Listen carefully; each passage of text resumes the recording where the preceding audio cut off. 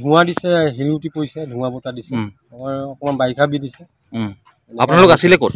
আমিতো ইয়াতে ষ্টল আছে, ষ্টলতে আছিলোঁ ৰাতিপুৱা। আপোনালোকে ইয়াতে মানে ষ্টলত আমি শুই আছিলোঁ ৰাতিপুৱা। তাৰপিছত এইটো টাইমত আহিছে, আমি খুটা ধৰি কিনে থিয় আছিলোঁ, একেবাৰে গোটেইখিনি ভাঙি দিলে।